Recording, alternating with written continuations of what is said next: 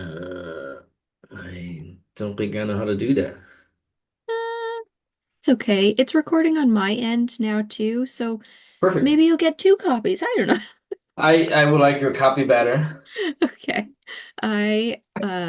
Technology is not usually my friend, so bear with Oh, me on that one. okay, LMN, okay. Well, and surprisingly, you work in what? yes. LMN is one thing. I can do that. Okay. I come from the landscape world. So I landscaped for Oh, 6 years before I came to LMN, and I used LMN in the field. So that's how all of this came about. I see. I see. Very good. Yeah, but I've been using LMN for 6.5 years now. So you're in good hands. I can help you.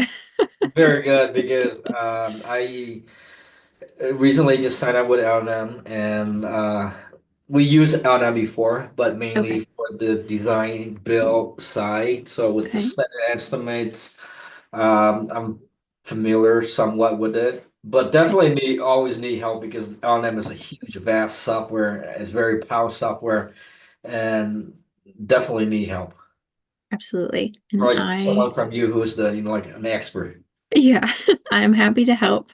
I did see that you have gotten in there and added some things which is great.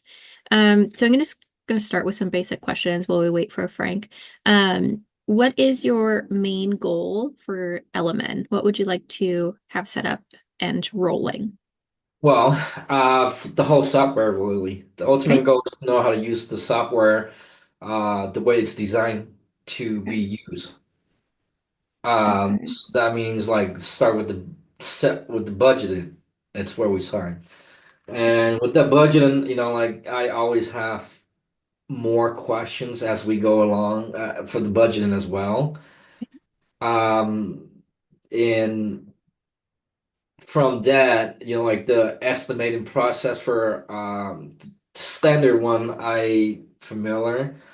Okay. The service we recently moved into property service, and we have not never done a service estimate before. Anything on the service side of it. Okay. Okay. So more service side than design build. We can definitely do that. I'll go through both sides just so that we have both sides in there. Um, and then so our calls will kind of be in this order. So we'll go through the budget. Um, hello. We'll go Hi. through budget, CRM, and everything today. QuickBooks integration if you're using QuickBooks. And then our second call will go through price list and estimating. Third call will go through jobs, timesheets, and the crew app. And then we're on four. Four will go through scheduling, five invoicing, and then I usually do a sixth one just for questions or what we need to go over. Okay, so after this call, there will be five more follow-up Yes. calls. Okay, Yep. perfect. Yep. Um, so if we jump into it, Frank, do you have any questions? No. Okay. So can you see my screen there? Yes. Okay, awesome. So we're going to jump into the budget side. Now, with the documentation that you had sent over, there was like no equipment or anything listed, which is okay because I see that you already have a budget in here. So we'll go through the one that you have listed um, in here. So your basic information on this first page, your quick summary and budget history. You can see when it was created, who it was last updated by, and then your budget properties, so the year, the name, and your work breakdown. This work breakdown is going to pull some information from industry standard rates that we have, just so you can see your rate versus the industry average. If we move into sales, so you have your previous and your forecasted amounts built out for each division. Looks good. Here, you're comfortable with that forecasted number? I'm still playing with that numbers, really. Okay. Okay. Is it so last year did you do 614? After yes. Yep. No, after like the revision is actually 500 something. I can yeah. Okay. The previous amounts don't do anything to the budget. It's just so that you can see what last year's numbers were. The Sure. forecasted is what is pulling all the information in from. Sure. The budget isn't a set in stone thing, so always come in and update as you go throughout the year. So if there's a change in your labor amounts or you buy a new piece of equipment, you sell a piece of equipment, make sure you come in and update. So how often do you update? Do you recommend to update the budget? I usually suggest coming in at least once a month just to have a look, make sure nothing has changed. If not once a month, then do it every couple of months or every quarter. So if you purchase an equipment, then you would come in here and update it, Yeah, exactly. or or if you add a new employees, or if you have like an overhead cost that is not budgeted in, you would come in and budget as you go. Absolutely. Yep. Okay. You always want your budget to reflect your actual numbers. So anytime there's a change, come in and update whenever you can. Okay. Okay. Then if we move into your field labor, so you have your key factors, a labor burden. So your labor burden is your workers' compensation, payroll taxes, and unemployment insurance divided by your total wage amount. Okay. Right? Um, this here, um, do you need this line or are you just putting it there for information or I put in the questions? information because as you can see, there's nothing to enter. Okay. Yeah, in there. Okay. Just like the formula for the labor burden. Okay. Awesome. Does that formula reflect what you just said? Yep, exactly. Employer portion, payroll taxes, unemployment divided by total wage. Yep, Okay, exactly. okay, okay, Um, and then here you have your crews built out. So in here, you can do it this way. You usually don't recommend building it out per crew, only because if your labor wage is less than your foreman's wage, it's going to bring that hour average wage down. So usually building it out with your foreman, then laborers on a separate line item is usually how we suggest okay. So you would suggest based on role instead of bundle the whole crew in there. instead So of you have crew. like okay, if you have a foreman, then you have five foremen or three foremen. It'll be three, say five foremen, and then be Exactly. foreman five, and then if you have like I don't know, like a junior foreman, and then you go junior foreman two, Yep, and then team members. So based on their exactly. role, instead of bundling into the crews. Yes, when we can bundle the crews when we get into the price list side of it, but for the budget, you want to have them listed out separate. Okay, okay, okay. That Okay. makes sense. Okay. So that's And kind of set up like on a hierarchy type approach. Your yeah, if highest from your highest to your lowest. yeah, you can have it like that. It's just important to have it built out separate. So each different labor type. So a foreman, junior foreman, laborer, crew member type of thing. Okay, okay. Yeah, That would be for the maintenance as well. Okay. yeah.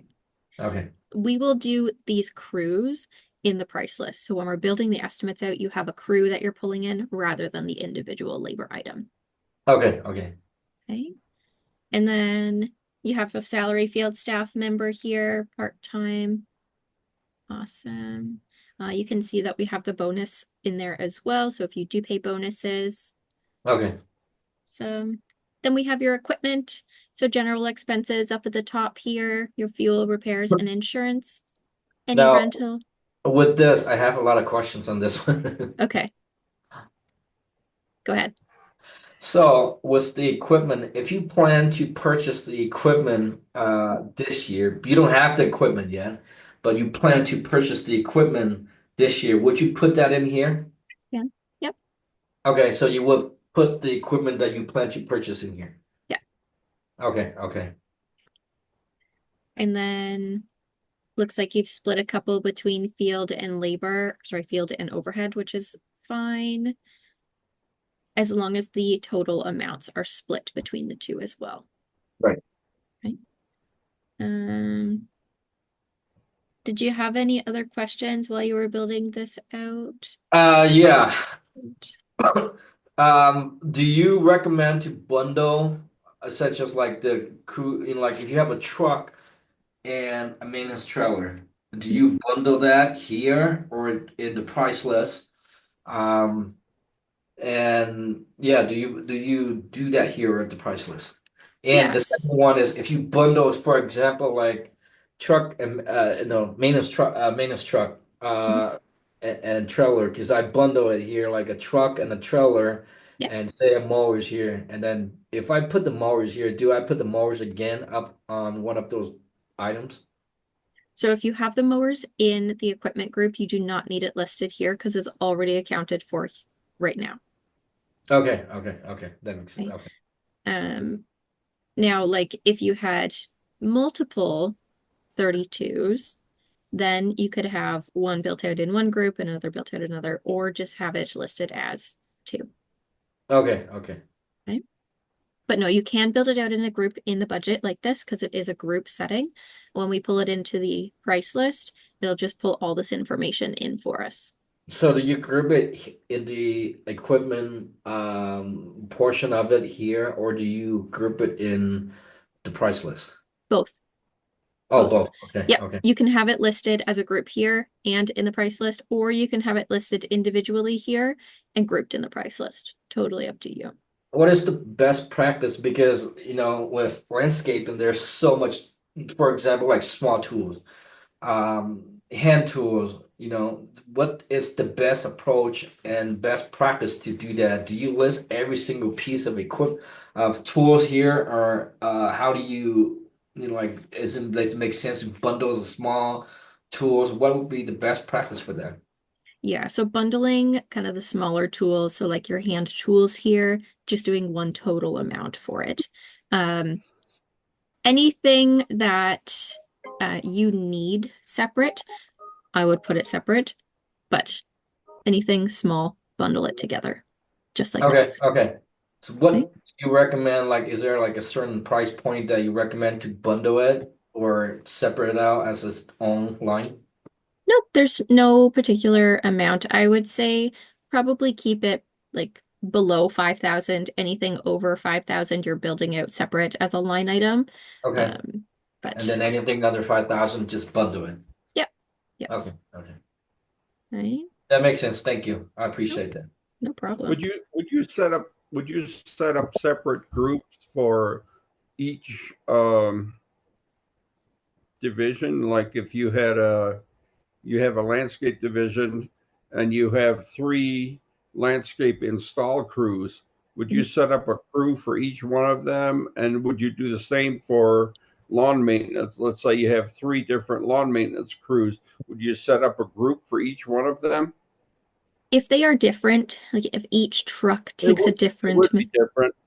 Yeah, if they would be different. For example, on the lawn maintenance, you might have one crew that has larger equipment that does larger properties, and then you have another crew that does medium-sized properties, and another one that does small properties, and they would have different levels of equipment because of the types of jobs that they do. Would you group them individually then?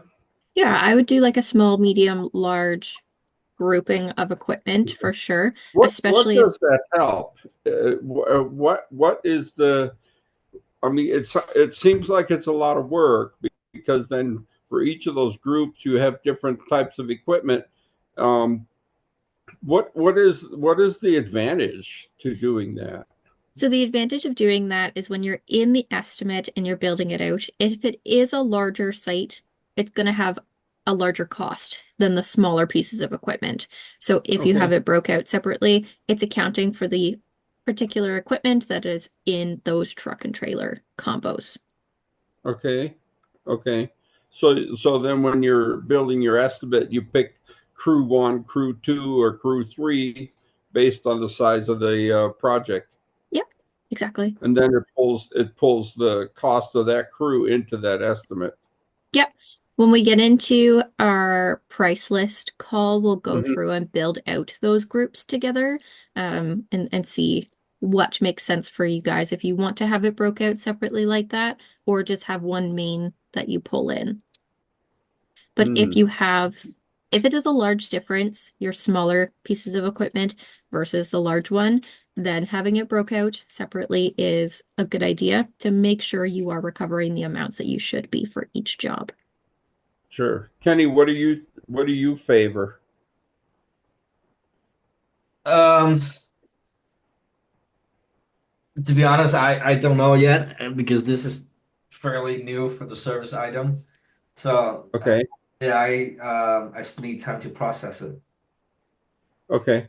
Yeah, because it kind of makes sense to have if you do eventually think that you're going to have different sizes of jobs and you're going to have a specific crew that you assign to that type of job, then it does make sense to do the group setup like what she's describing currently. Sure. So, okay, Okay. continue. It's totally up to you how you guys want to do it. It's what makes the most sense. As long as it is included in the budget and included in the estimate on the price list, you're good. It's being recovered for. Okay. Um, if we move into materials here, so you have your each material item and your previous versus forecasted amounts. This rate over on the side is where that first page work area breakdown comes in. So your ratio versus the industry average. So your ratio is a little bit less than what the industry average is, but that is okay. You do not have to be within these numbers, just giving you an idea where you sit.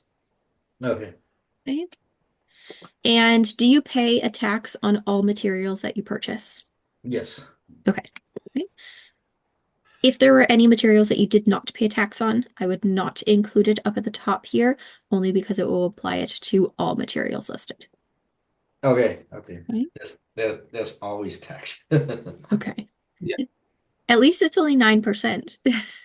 It varies Is- because every county is different. Yeah, Right. every county has a different tax rate. So Yeah, I how just does how does your how does your thing here account for that? It doesn't. So You just flat 9% for everybody? so in the budget, it would be a flat number. In the Hmm. estimate side, that's where you would apply what tax rate it is. For that job site in that given county. Correct. Yeah. Okay.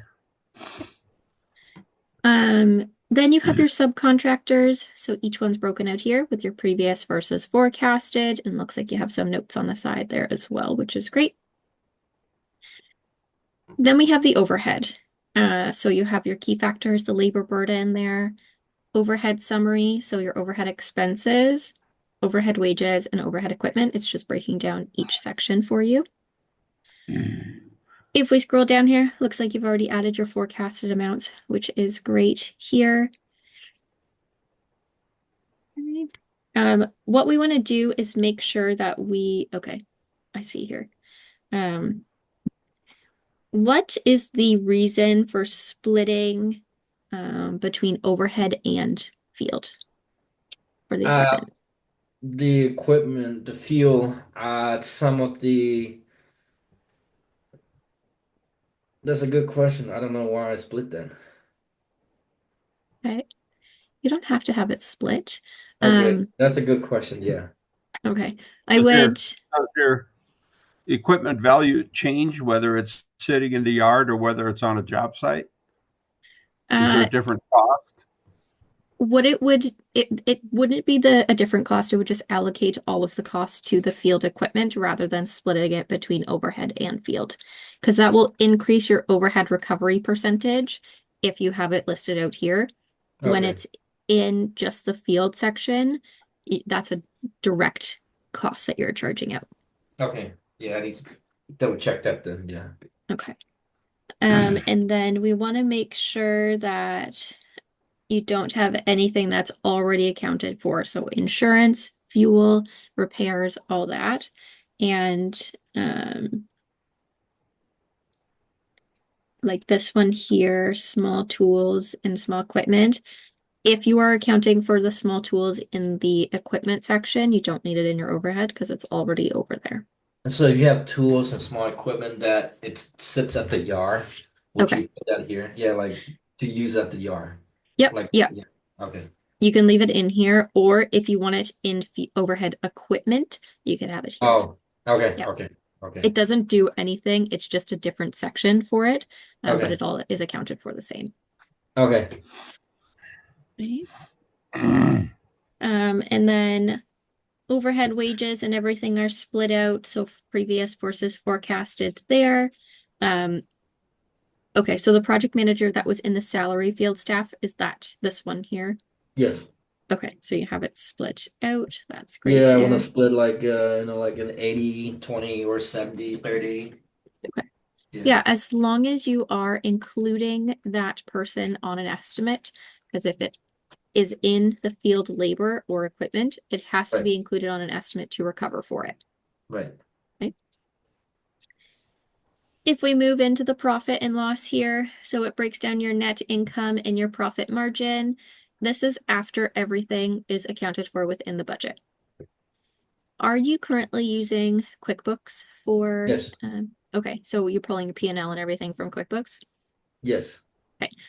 Most people will see a difference between QuickBooks and LMN's net profit percentages, only because QuickBooks is not accounting for everything like LMN is. Right. So don't be shocked when this number is different. Usually it's less than what QuickBooks is. It is normal Okay. because we are accounting for everything. So it breaks down your sales revenue here, your cost of goods sold, and your profit, as well as your overhead expenses. Okay. Okay. If we move into the overhead recovery, these numbers will change if you do decide to move those equipment items in overhead over to field. But we have 3 different options to recover your overhead expenses. So we have the multiple overhead recovery method. This is going to mark up your labor, equipment, material, and subcontractors. Labor is not adjustable. As you adjust these numbers, it will adjust the labor markup. The reason being is we want to make sure you are recovering enough to recover your overhead, which is why we don't allow the labor to be adjusted. But if we change here, so say 30%, that will adjust the labor markup. Okay. Okay. Then we have the field labor hour overhead recovery. So this is going to apply a dollar amount to your existing amount that you're charging for your labor to recover your overhead amount. Now, only thing with this one, if you do not reach your estimated forecasted labor hours, you will not recover your overhead expenses. Right. Okay. And then if you have the single, What are you saying? That we actually have to go out there and do some work? yeah, unfortunately. No, I'm not doing that. No, you don't. Um, then we have this single overhead recovery, which is just a percentage across the board. So it would mark up 42.7%. Right?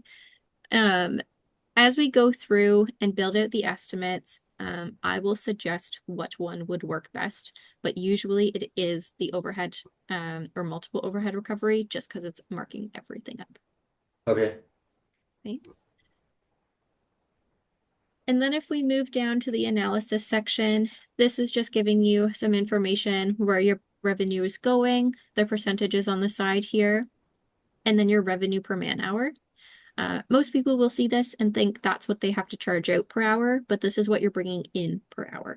So it's based on your labor, equipment, materials, and that's divided by the job cost of it all. So the revenue per man hour is what should be making. Okay. Correct. Yeah. Okay. So Not when the we, labor rate. not the labor rate, correct. Okay. When we get into the estimate side, I'll show you where to look for this number to make sure you're making enough to recover and to make your sales goal. Okay. Right? Right now it's set at 20% for unbillable hours. You think that's a good number there? It's a mixture because I know design and build have less than that. Yeah. Maintenance have more than that. So I just Okay. kind of average it out. Okay. What I do suggest, not right now, but as you're going and getting more comfortable in LMN, is doing divisional budgets. So one for maintenance, one for design, build, install, so that you have those exact numbers, one for design, build, one for maintenance. What would be a good starting point to do a divisional budget for a like for a division? Because would you recommend, is there a certain amount of revenue, or does the divisions can be fully functional on its own for it to have a divisional budget? Or if it's so small enough, do you just lump everything or do you break it out? So if your maintenance division is quite small, that revenue per man hour is going to be quite low, right, to reach that sales goal. So having it broke out will help you in the long run because your maintenance revenue per hour is significantly lower than your install, design, build revenue per hour. You Right, will never be able to reach the 139 for a maintenance job. right, right, Your maintenance number might be $60, right? right. Just as an example, I don't actually know. Sure, sure, sure. But what you can do is take a copy of this budget. Once everything is complete, you've moved everything where it needs to go, and take out anything design build. Would you have time to show me how to do that? Yeah, I can. Okay. Um, another As an thing that, example. yeah, for sure. Another thing that you would want to do is if your design build install is 70% of your revenue or sales goal, make Sure. sure you have your overhead expenses 70% over there, and then the remaining amount in your maintenance side. Okay. So, okay, so if you anticipate 70% of the revenue for the design and build crew, the split the overhead 70% toward, allocate for the design and build and 30% for the uh maintenance if the maintenance Correct. anticipate 30% revenue. Yep, exactly. Okay, okay. That, if I would like you to show me how to do that, because that sounds complicated in the Yeah. sense that how do you allocate like a percentage of that overhead towards you, like 70% straight up. Yeah. So what we would do is make a copy of this existing budget and just do Maintenance. like you want to do Or maintenance? or let's do design build. Yeah. Okay. So before we proceed, so do you suggest build a company-wide budget first, and then at that time split it into the divisional budget? Yes. Okay, Always have one full budget for everything and then your two divisional budgets. okay, okay.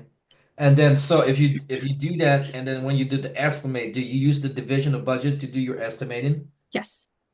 Okay, okay. Yeah. You can set up at the top here, standard or service budget. So if it's a design build, it would be standard. If it's a maintenance, it would be service. Okay, okay. Okay. Hmm. So this one is the design build one. So what we would do is come in and take out the landscape maintenance, snow and ice, and okay, you have a adjustment in there. That's okay. Um, so we would delete this one here, delete snow and ice, and see. Then we would go into the field labor and we can delete out your maintenance. In winter, You can delete that, yeah. we would want to recalculate that labor burden percentage because it would only be for your install crews, install people. What would the wouldn't be the labor burden percentage be the same because it's in a percentage? Because the total wage is changed now, it Oh, does not, I yeah, it see. changes a I little bit. see. Because of that total wage. Okay. Yeah, yeah, Yeah. yeah. And then we would do your equipment. So anything maintenance related, delete Just this taken out of there. out. What's that?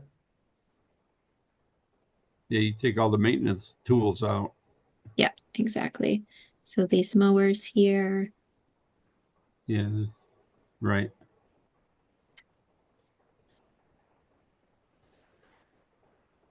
The crew truck, is that a install or Install. okay, Currently we use, yeah, install, yeah. okay. And what Take about out your the stick edger.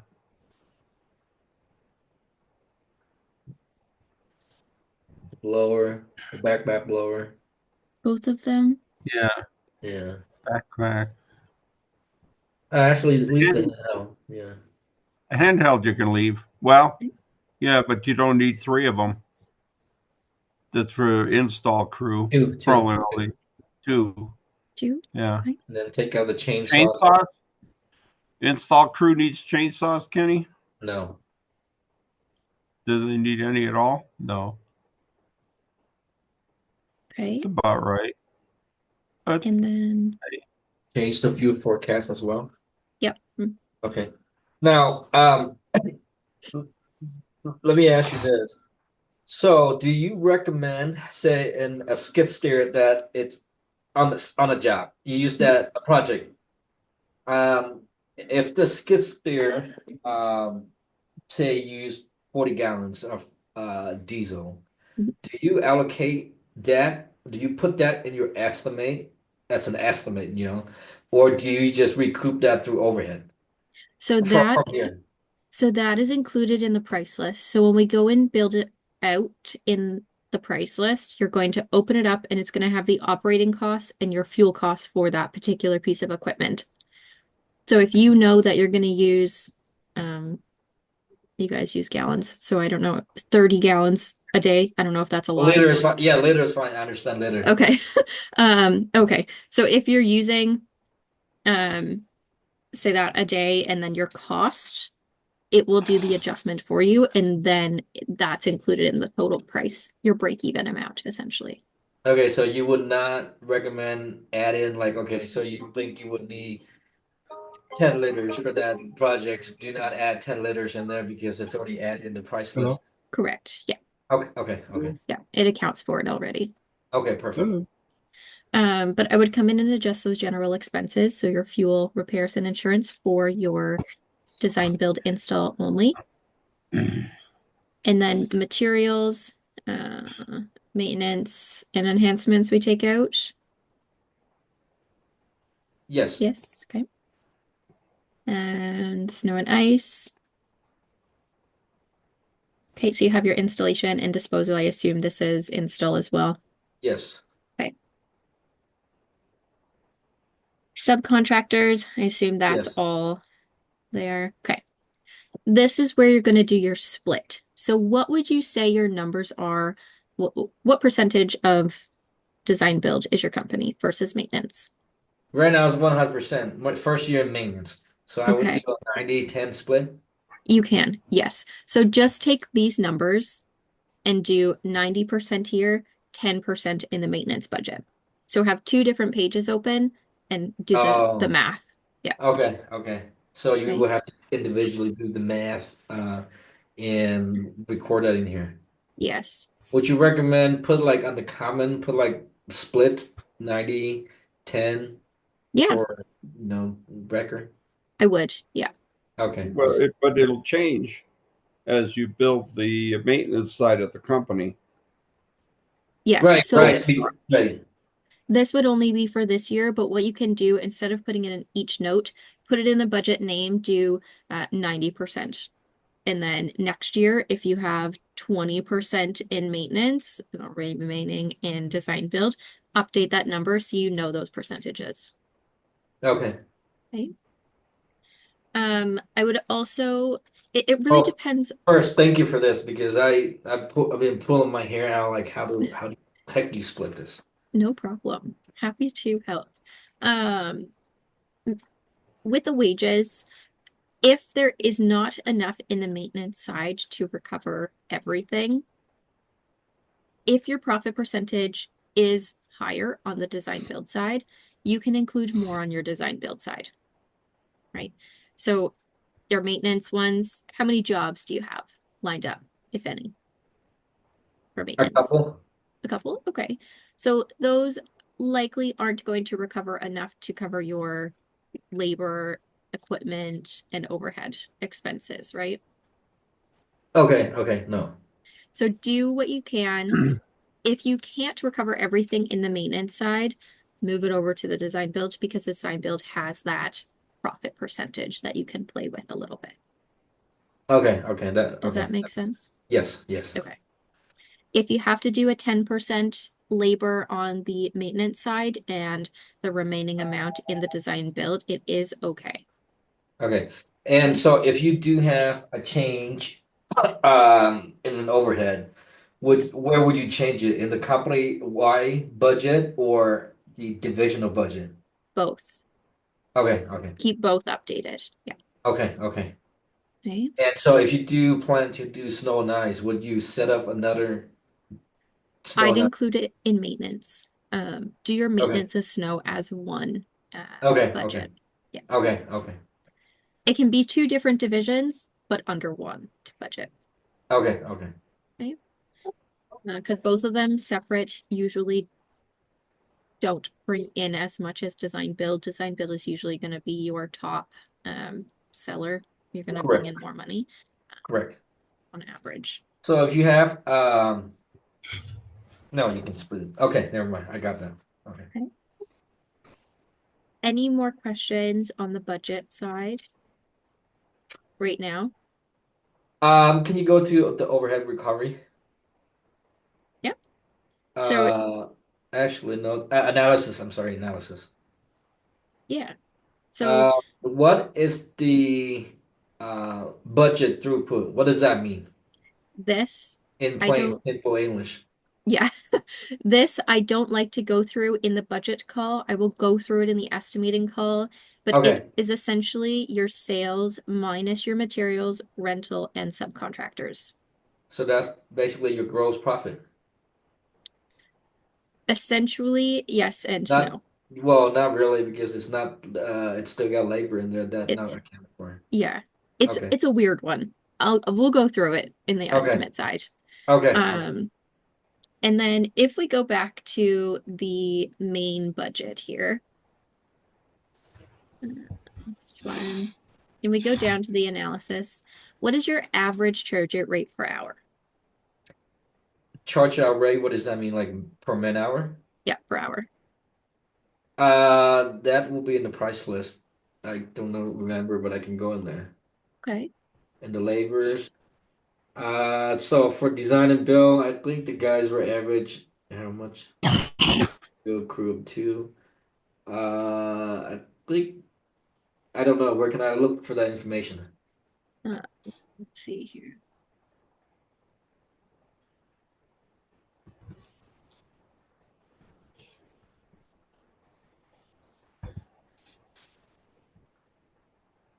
So it looks like 67.27. Okay. Okay. So if we do 67.27 here. So right now it's saying the company capacity. So with the information in the budget, what you could generate this year is 1.689. So you're saying running at a 92.9% efficiency, And which would you that be the 1.6? Is that accounted for the whole year? everything. Whatever the man hours, total man hours Correct. Yeah, accounted for. And if you change that man hours, say from 1800 to 1500, that numbers will change. yeah, everything will change. Okay. Um, if we increase this to say 75, your number will go down, which you want this percentage to be between 65 and 70, 80% at kind of the highest. A company is never going to be 100% efficient. Even if we want to be, it's not possible. So obviously the higher your charge out rate, the lower your efficiency, the higher your company capacity. So in other words, suggest I should look further into increase our labor rate. Correct, yes. Okay. But we'll get into the estimate side and see those numbers, make sure everything is good, and we'll come back here. Okay. Okay. So The as of right first, now, say the 6727, that put it at a 92% efficiency, which is not realistic because it's really hard for a company to achieve anything over 85% efficiencies. yeah, over 80, I would say. 80. Okay, Yeah. okay. So 80, so anywhere from 60 to 80% efficiency, it's realistic. Yes. Yep. Okay. It Okay. doesn't mean that you won't reach your sales goal. It's just saying that you're running thin, kind of thing. Right, right. Okay. Okay. That really helps. Thank you. No problem. Um, you can also download a PDF version of the budget if needed as well. If we scroll down here, it's going to give you some information off of what your rates are versus the industry average. Does not mean you have to change it, is just telling you what may be affecting it, why yours may be low or high. And then if you click this fix it, it brings you directly to the page it's talking about. So basically, what that is means also is if the equipment ratio is very low, hence the labor rate is high, correct? Or low. The labor rate is about the same as the Okay. industry average. It's just Okay. saying that you don't have as much equipment as the industry average, which is okay. Okay. Okay. Right? I'm going to move into the CRM here just so that we get everything covered that we need to. Have you synced QuickBooks with Yes. LMN? Okay, all that's good. And all of your clients came over fine. Yes. Okay.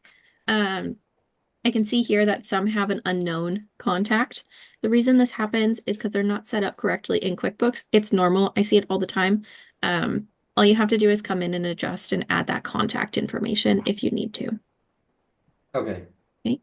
To add a new contact, just go up to the top, new, add your client information. You can only do the QuickBooks sync one time.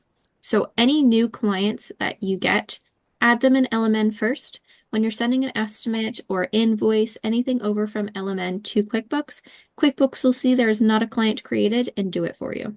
So you don't have to do that double entry of clients. Okay. Okay. Um, We do have the to-dos and requests, so it looks like you've added a couple there already, which is great. A request will come over from the customer portal, so they can submit something like a request when you go to site and say like pick up the sticks at the end of the driveway, for example. Then it's on your main page and you know. So if a client put in a request on the portal, say cut my tree, Yep. where would you look for that information where they request it? Do we get a notifications via email, text that there's a new request from this client? And where do we look for that request? So you will get an email that has come through, and then when you log into LMN on your main page, it will be in this box here. Okay, okay. Okay. Um, if somebody calls in or texts you, emails you that they want something done and you need to put it somewhere, adding that new to do or that request manually is an option as well. Okay. Then we can see any portal activity. Looks like a proposal has already been sent out.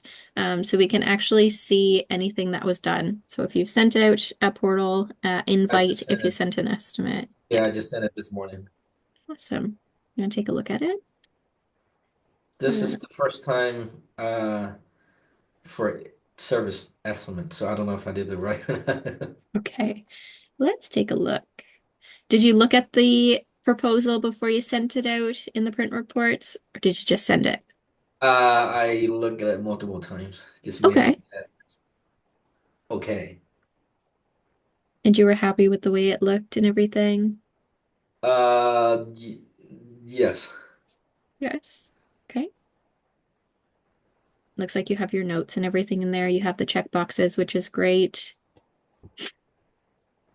Did the contract. You're ahead of the yes, game. Look at this. This is great.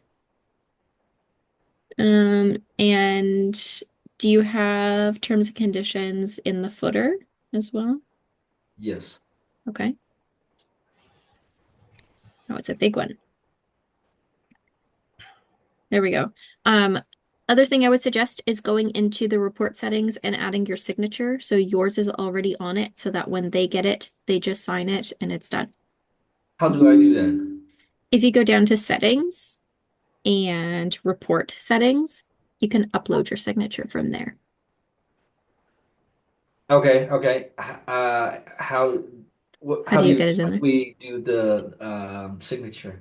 So there are different websites that you can do. It's just like create my signature or whatever, or go on to like I don't know if you're using an Apple or Windows computer. Both. Okay. If you go onto Windows, there's like Paint. You can do your signature there and then take a screenshot as an image and then upload it there. Oh, But yeah. however you want to do it, Perfect. a No, couple different ways. that's not it. And then it will upload automatically for you. And you can do that for anybody that's going to create estimates. So if it's not only going to be yourself, maybe Frank is going to create an estimate, you can put his signature on it. Okay, okay. Okay. And then if you need to make any updates to this estimate, maybe they requested something back and you need to change it, you can update the proposal and that will go to them again, updated. Okay. So with this right here, the checkbox is it's new for me.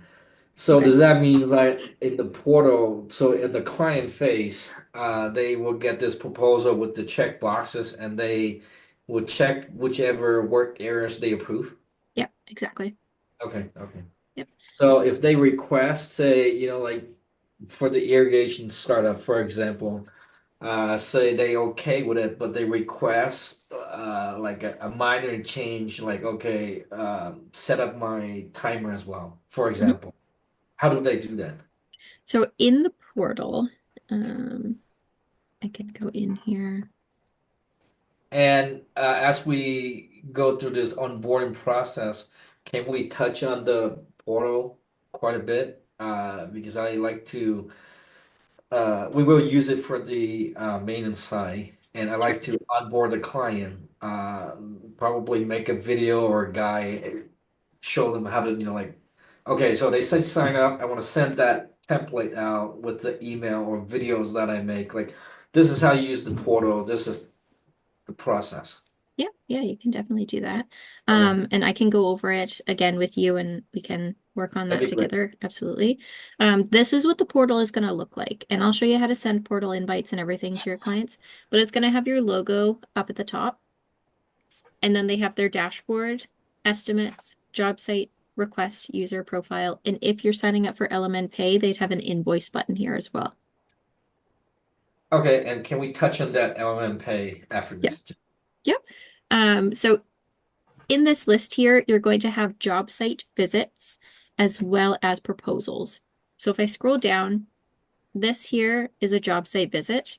If I click in, I can see the task that they were punched into, the time they punched in, and the time they punched out. Now you have the choice of what you want to show to the client versus what you want to hide. If you do not want the punch in and punch out time, you do not have to show that. Okay. You also have a list of services that were completed on site. So this was done, or mowing was done, any notes that were listed, and then any images from the timesheet. So, for example, if we're say the guy they did a mowing, Yep. and once they done, do they clock into like punch out the next job, and then they have the ability to take the photos, or do they take the photos then and then upload it at the end of the day? They take the photos and upload before they punch into the next site. Okay. So as soon as we'll go through the crap, but when you go in and you're punching out of the job, it's going to ask you the services that you did on site um, and ask you to add any photos from that visit. Okay. Okay. If they did not add photos at that time, they can go back and add the photos at the end of the day, but best practice is doing it at the same time that you're punching out. Okay. And does the portal support videos or only photos? Only photos. Okay. Okay. And then if we go into a proposal here, so you have proposal, waiting approval, you have three options. So approve, reject, and request a change. If we hit approve here, it's going to bring the proposal up on the side. I can type my name, my signature, and any initials. Any comments, sign, that comes back to you, automatically approves the estimate. If they decline it, then it would automatically put it as lost, but it does it for you. Okay. If they need to make any comments, like requesting that change, they can comment here and you can actually talk back and forth through this section. If they make a comment here and send it, do you get a notifications that they make a comment or Yep. request change? Yeah, you do get a notification, you get an email. Okay. Yep. And then if you request a change, it's just going to come up with a comment. So if they want to do the change before they accept or decline the proposal, this is where they would do that. Okay. Okay. If they have multiple job sites, they can see that listed here. You can see when it was last serviced. So if it was in progress, more than 24 hours ago, or sorry, less than 24 hours ago, less than 48, more than 48, and more than 4 days ago. You can change these intervals if you want on your end for them to see here. Okay. So if they had multiple job sites, I know it's the same job site, but my sample account is full of random stuff. So each job site would be listed. Okay. Okay. Any requests that they want to send in, this is where they would do that. So my example is the picking up the sticks at the end of the driveway. I've attached an image. When I go into my account, I would see that in the requests. Okay. If they have any users or they want to set up extra users, maybe it's a condo building and 3 of the property managers want an account. This is where they could do that. Or it's a Okay. husband and wife and they want that. Okay. Then we have the customer portal, just like the profile information. Okay. Okay. Can you touch on the LMN pay? Yeah.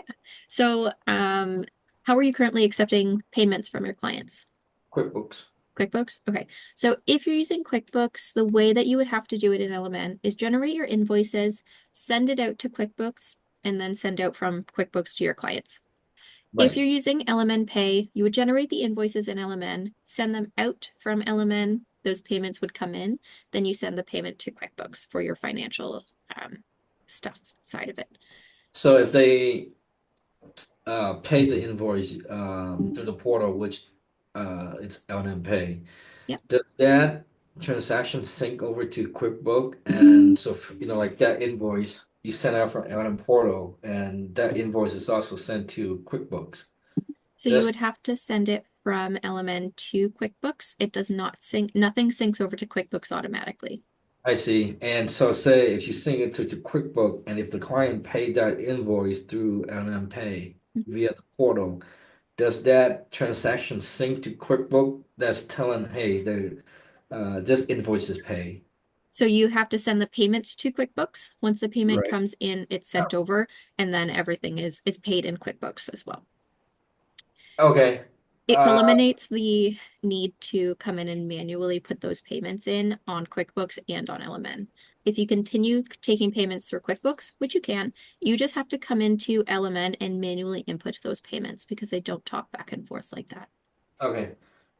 Where can I find out more about LM Pay and how to sign up? I can And send you a link. okay, I just have 2 more meetings back to back after hours. So once I jump out of those, I'll send you that email.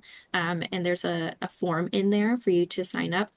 Filling out that form does not obligate you to sign up. It just gets you in contact with Fiserv, who is who we use for our third party for payments and everything.